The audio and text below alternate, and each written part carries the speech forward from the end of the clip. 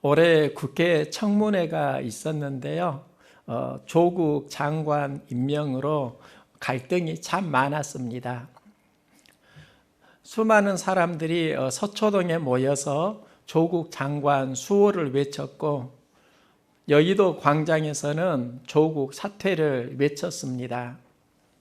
검찰은 조국 장관 아내와 친척까지 수사를 확대하면서 결국 조국 장관은 사표를 냈습니다. 그 이후에 10월 23일 홍영표 의원의 이야기가 기사에 났는데 흥미로웠습니다. 조국 장관이 사임하고 장관을 하라고 권하는데 27명이 난 장관을 못하겠다, 장관직을 거절했다는 겁니다. 그러면서 요즘에는 장관을 하라고 하면 도망가는 세상이 됐다 말을 하는 겁니다. 우리는 벼슬을 좋아하고요, 장관이면 엄청난 주의입니다. 왜 사람들이 장관을 거절하는가? 장관직이 싫은 게 아니라 장관으로 되어가는 과정에 청문회가 부담되기 때문일 겁니다. 자신의 삶을 그대로 드러내다 보면 죄가 드러날까 부담스럽다는 겁니다. 그러면서 장관직도 거절하는 그런 대한민국이 되었습니다. 미국 뉴욕주에 라과디아 공항이 있습니다. 라과디아는 뉴욕 시장의 이름입니다. 그가 뉴욕 시장이 되기 전에 있었던 일화인데요. 라과디아가 판사일 때는 미국이 대공황으로 경제가 어려운 시절이었습니다. 어느 날 노인이 빵을 훔치다 잡혀서 재판을 받게 됩니다. 판사가 그 노인의 상황을 보니까 딱합니다. 자녀들은 있는데 돈이 없어서 아이들이 굶주리게 되고 먹을 것을 주어야 하기에 결국 빵을 훔치다가 잡혀온 것입니다. 라과디아 판사는 그 사건을 이렇게 판결합니다. 당신에게 10불의 벌금형을 내립니다. 빵을 훔친 죄로 10달러를 벌금형으로 내립니다. 벌금형으로 큰 돈은 아닐지 모르지만 빵을 살 돈이 없어서 훔쳤는데 그 10달러는 노인에게는 가벼운 돈은 아니었을 겁니다. 라과디아 판사가 말합니다. 그 10불은 제가 내겠습니다.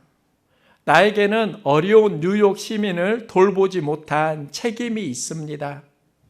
자신도 노인이 빵을 훔치도록 한 책임이 있다는 겁니다. 그러면서 라과디아 판사는요, 중절 모자를 방청객에게 건네주면서 제안을 합니다. 혹시라도 이 노인을 위해서 벌금을 내고 싶으신 분은 이 모자에 넣어 주시기 바랍니다. 방청객들이 그 모자에 자발적으로 벌금을 냈고 47달러가 모여졌습니다. 라과디아 판사는 그 돈을 노인에게 건네주면서 자녀들에게 먹을 것을 사 먹이라고 격려하면서 위로합니다. 이 재판이 뉴욕 시민에게 엄청난 감동을 줍니다. 그리고 이 재판으로 인해서 라과디아 판사가 뉴욕 시장으로 선출되는 계기가 됩니다. 그가 죽은 이후에는 뉴욕 시민이 그의 업적을 기리기 위해서 뉴욕주에 공항을 세우는데 그 공항 이름을 라과디아 공항이라고 짓습니다. 저는 장관을 거절하는 사회, 또 그 노인에게 긍휼을 베푸는 재판, 이걸 함께 연결해서 보면서 우리 인생을 생각해 보았습니다. 하나는 법의 잣대로 평가하는 사회이고, 다른 하나는 은혜와 긍휼을 베푸는 사회입니다. 어느 게 진짜 생명을 가지고 있는가? 우리는 법을 지켜야 합니다. 하지만 법으로만 온전해지는 것도 아니다는 것을 알아야 합니다. 법 이상의 그 무언가가 우리에게 필요합니다. 성경에서 유명한 재판으로 솔로몬의 이야기가 나옵니다. 한 마을에 동일한 시기에 두 아이가 태어났습니다. 한 아이가 죽게 되고 두 어머니가 서로 싸우는 겁니다. 그러면서 누가 진짜 산 아이의 부모인지를 가려달라고 솔로몬 왕에게 왔습니다. 지금은 유전자 검사를 하면 간단합니다. 그때는 그게 없으니까 솔로몬은 이렇게 판결합니다. 그 아이를 동일하게 잘라서 두 어머니에게 똑같이 나누어 주어라. 가짜 어머니는 아이를 반으로 나누라고 말합니다. 하지만 아이의 진짜 어머니는 아이를 죽이지 말고 저 여인에게 산채로 주십시오. 이렇게 제안합니다. 솔로몬은 여기에서 누가 진짜 어머니인지를 구별합니다. 아이의 생명을 살리기 위해서 희생하는 아이가 진짜 어머니입니다. 그러면 그 어머니는 거짓말을 했습니다. 저 여인이 아이의 어머니입니다. 그에게 아이를 주고 살려주십시오. 그런데 그건 거짓말이지만 그 아이를 어떻게든지 살리려고 하는 어머니의 진실입니다. 그렇다고 보면 모든 사회가 사실만으로 사는 것도 아니고 또 사회를 지탱하기 위해서는 어떤 진실이 필요한 것도 사실입니다. 솔로몬이 본 것은 아이를 살려야 한다는 어머니의 진실을 본 것입니다.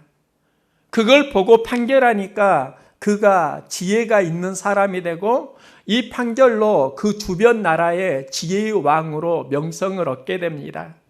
예수님이 이 땅에 오신 목적이 있습니다.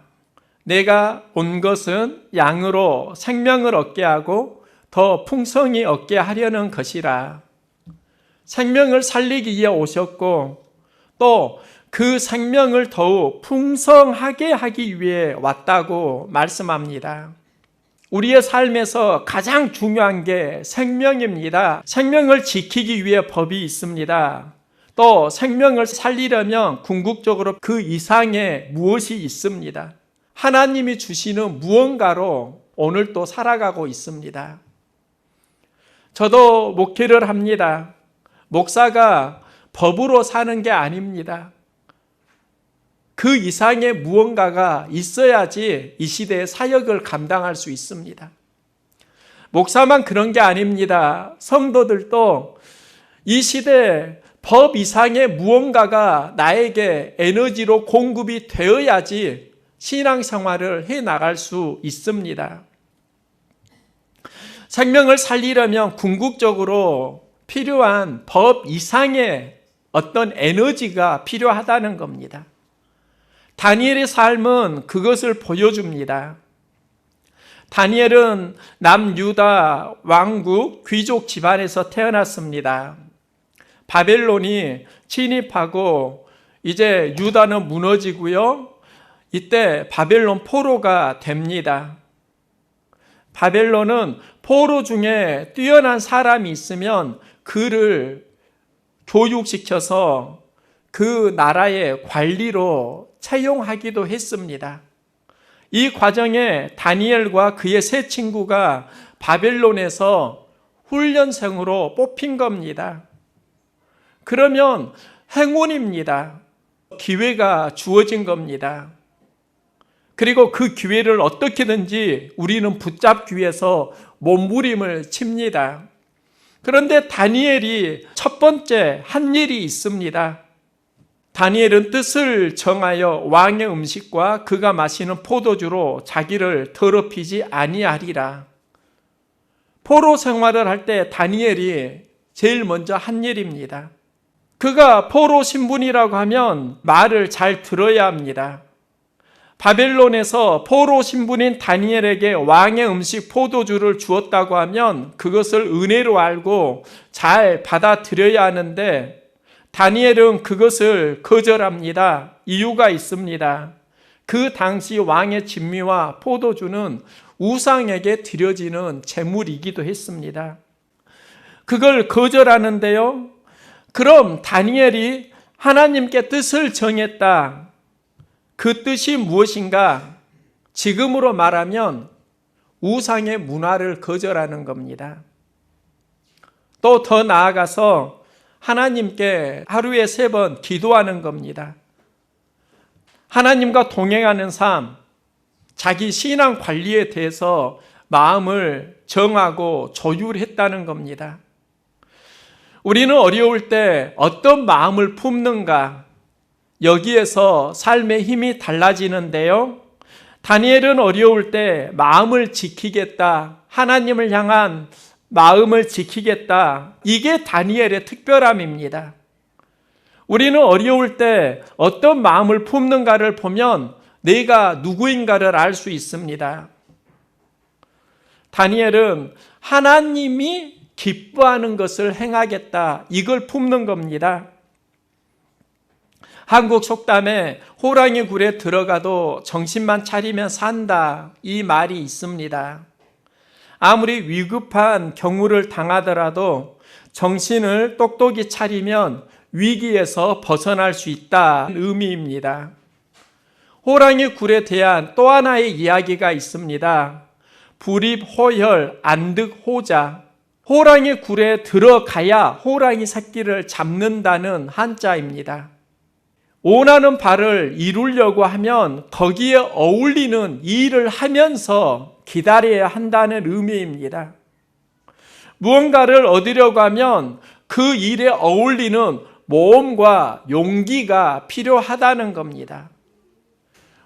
신앙으로 말하면 여기에서 위기는 기회가 되기도 한다. 이거와 통한다고도 할 수 있습니다. 다니엘이 포로가 된 것은 위기입니다. 위기 때 다니엘은 하나님께 뜻을 정합니다. 정신을 바짝 차리는 겁니다. 어려울 때 정신을 바짝 차릴 수 있기를 소망합니다. 우리가 해야 하는 건 힘들 때 그 환경 속에서 나의 정신이 어디로 향하느냐입니다. 하나님께 향할 수 있기를 소망합니다. 다니엘은 어려울 때 하나님께 뜻을 정하고 한 일이 환관장에게 구안이입니다. 이게 신앙 행동입니다. 나 하나님께 뜻을 정했으니까 그 뜻대로 살겠습니다. 환관장 앞에 담대하게 이야기를 합니다. 당시 환관장은 왕을 보필하는 관리입니다. 환관장의 눈치를 봐야 하는데 반대로 환관장이 다니엘의 눈치를 봐야 하는 상황이 됐습니다. 이방 문화 속에서 나는 하나님의 백성으로 살기를 원합니다. 다니엘이 이렇게 말을 하고 있습니다. 그러면 자기 생명이 위태로울 수 있지요. 그런데 하나님이 하신 일이 있습니다. 환관장으로 하여금 은혜와 긍휼을 얻게 하신지라. 우리는 여기에서 환관장이 다니엘에게 은혜를 베풀었다, 긍휼히 여겼다, 이렇게 생각할 수 있습니다. 그런데 그게 아닙니다. 하나님이 환관장의 마음에 은혜와 긍휼을 베풀도록 은혜를 허락해 주셨다는 겁니다. 만일 환관장이 하나님의 은혜를, 하나님의 마음을 누리지 못했다고 하면 다니엘은 업신여김을 받았을 겁니다. 참 난처한 상황입니다. 포로 주제에 특별하게 왕의 진미로 대접해 주는데 그것을 거절을 해? 포로가 말을 제대로 안 듣는다고 다니엘을 업신여기기 시작하면 그는 참 위태로운 상황입니다. 어려울 때 하나님이 우리 마음속에 개입하면요, 은혜와 긍휼이 들어가게 되고 하나님이 빠지면 업신여기게 됩니다. 업신여기는 삶이 있고 하나님이 은혜와 긍휼을 부어주시는 삶이 있습니다. 제가 이 긍휼을 새 미국어 표준 성경 NASB로 찾아보니까요, 컴패션으로 번역이 되었습니다. 제가 컴패션 하면 생각나는 이야기가 있습니다. 우리나라는 6.25를 경험하고 전 세계에서 가장 못 사는 나라 중에 하나였습니다. 이때 많은 미군이 한국을 돕기 위해 왔습니다. 그 미군에게 말씀을 전하는 목사가 있었는데 그가 에버의 스완슨 목사입니다. 스완슨 목사가 이른 새벽에 운동을 하는데 사람들이 트럭에 걸레 뭉치처럼 보이는 어떤 쓰레기들을 싣고 있었습니다. 지나다가 그 걸레 뭉치 속에 사람의 팔이 나오는 것을 보고 충격을 받습니다. 트럭에 올라가서 보니까 지난 겨울에 추워가지고 얼어 죽은 사람들이었습니다. 아이들이 지난 겨울에 추위에 죽으니까 트럭으로 그 아이들을 실어 담고 있는 것을 스완슨 목사가 보고 충격을 받습니다. 스완슨 목사는 미국에 돌아가서 이러한 대한민국의 상황을 알립니다. 죽어가는 아이들이 있어요. 고아들이 있어요. 그들을 도와야 합니다. 여기서 후원자들이 생기게 되고 그래서 만들어진 재단이 컴패션입니다. 컴패션은 컴의 함께와 패션, 고통의 합성어입니다. 고통을 함께 나누다. 이게 긍휼입니다. 컴패션은 소극적 의미로는 고통을 함께 나누다는, 느끼다라는 의미가 있습니다. 적극적으로는 그 고통을 덜어주려고 애쓰고 또 그 고통이 일어나지 않도록 행동하는 것을 포함합니다. 스완슨 목사가 컴패션 재단을 세운 이유가 있습니다. 죽어가는 아이들에게 긍휼을 느꼈기 때문입니다. 하나님이 스완슨 목사에게 긍휼히 여기는 마음을 주셨기 때문입니다. 긍휼은 생명을 살리는 힘이 있다고요. 예수님은 수많은 기적을 행하십니다. 기적을 행하실 때 품은 마음이 있습니다. 나인성 과부의 아들을 살릴 때 주께서 과부를 보시고 불쌍히 여기사 울지 말라, 불쌍히 여기셨습니다. 소경을 고치실 때도 불쌍히 여기사 그들의 눈을 만지셨습니다. 수많은 병자들을 고칠 때도 불쌍히 여기사 그 중에 있는 병자를 고쳐주셨습니다. 나병 환자를 고치실 때도 불쌍히 여기사 손을 내밀어 이르시되 내가 원하노니 깨끗함을 받으라 하셨습니다. 예수님이 기적을 행하실 때 품었던 불쌍히 여기는 마음이 긍휼입니다. 긍휼히 여기는 마음에는 하나님의 마음이 있다는 겁니다. 우리가 이 시대에 품어야 되는 마음이 긍휼입니다. 긍휼에는 특징이 있습니다. 긍휼히 여기려면 전제 조건을 달면 안 됩니다. 우리는 어떤 상황 속에서 조건을 생각하니까 긍휼이 사라집니다. 또 긍휼에는 이유가 없습니다. 도와야 하는 이유를 생각하면서 섬기는 것이 아니라 주님 마음으로 돕는 것입니다. 긍휼은 보상을 바라지 않습니다. 보상을 바라면 긍휼이 어려운 사람을 대할 수가 없습니다. 긍휼은 바라는 것이 있어도 안 되고 전제 조건, 이유가 있어도 안 된다고 하면 이게 하나님의 사랑의 순수성입니다. 내 상황에서 이유를 찾는 게 아니라 하나님으로부터 출발하는 마음이 긍휼입니다. 헨리 나우에는 긍휼을 이렇게 말합니다. 온전한 긍휼은 다른 사람의 아픔을 느끼는 것과 더불어 이러한 아픔을 해결하기 위해 하나님 앞에 나아가는 것이다. 긍휼은 하나님께 나아가게 인도한다는 겁니다. 하나님을 만나는 힘이 긍휼입니다. 예수님이 칭찬하는 믿음으로 백부장이 있습니다. 백부장이 예수님을 만나는 그 출발점이 긍휼입니다. 주여, 내 하인이 중풍병으로 집에 누워 몹시 괴로워하나이다. 하인의 아픔을 자신의 아픔으로 느낍니다. 이게 긍휼입니다. 우리는 보통 하인이 아프면 그를 업신여길 수 있습니다. 하인이 아프니까 그를 귀찮아할 수도 있습니다. 그런데 백부장은 그를 업신여기지 않습니다. 긍휼히 여깁니다. 자신의 아픔으로 느낍니다. 그게 예수님을 만나러 가는 힘이 됩니다. 좋은 믿음은 어려운 사람을 업신여기지 않습니다. 긍휼히 여깁니다.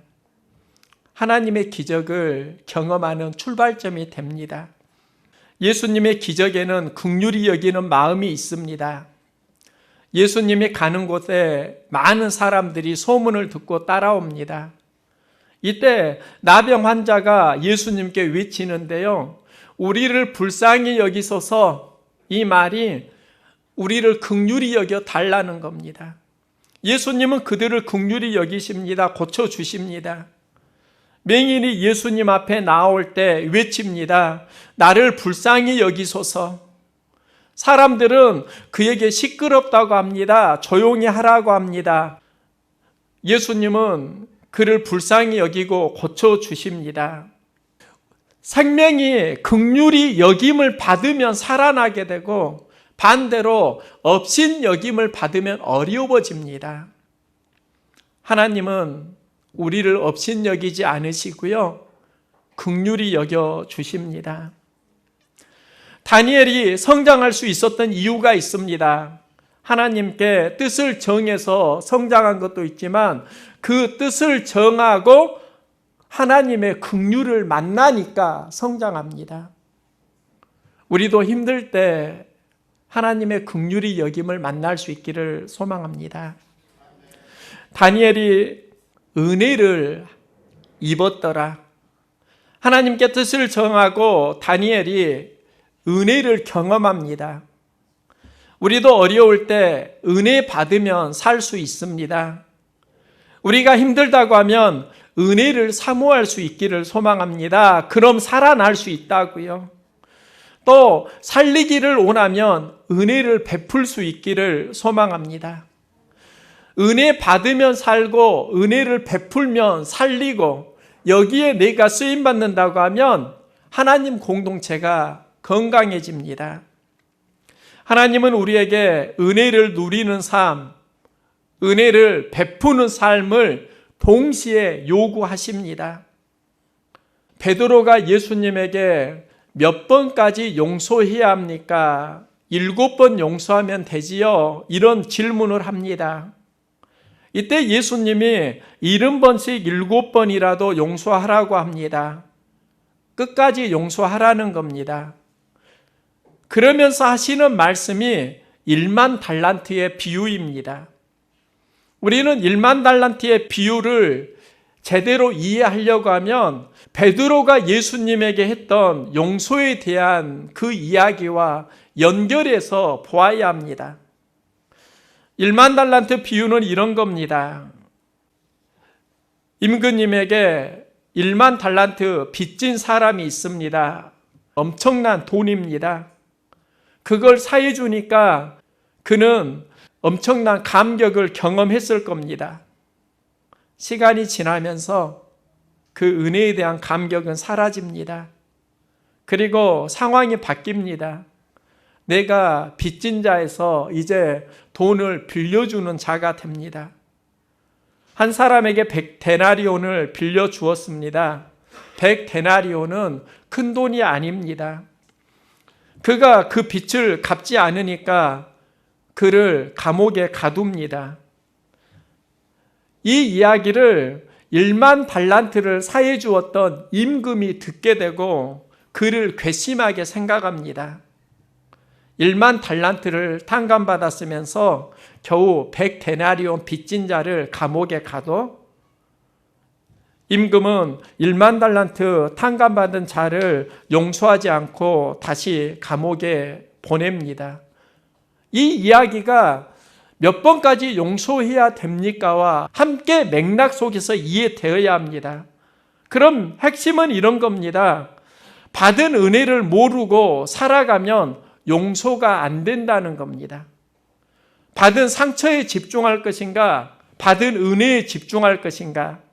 우리가 하나님께 용서의 근원이 무엇인가? 용서할 수 있는 이유가 무엇이고 용서할 수 없는 이유는 무엇인가?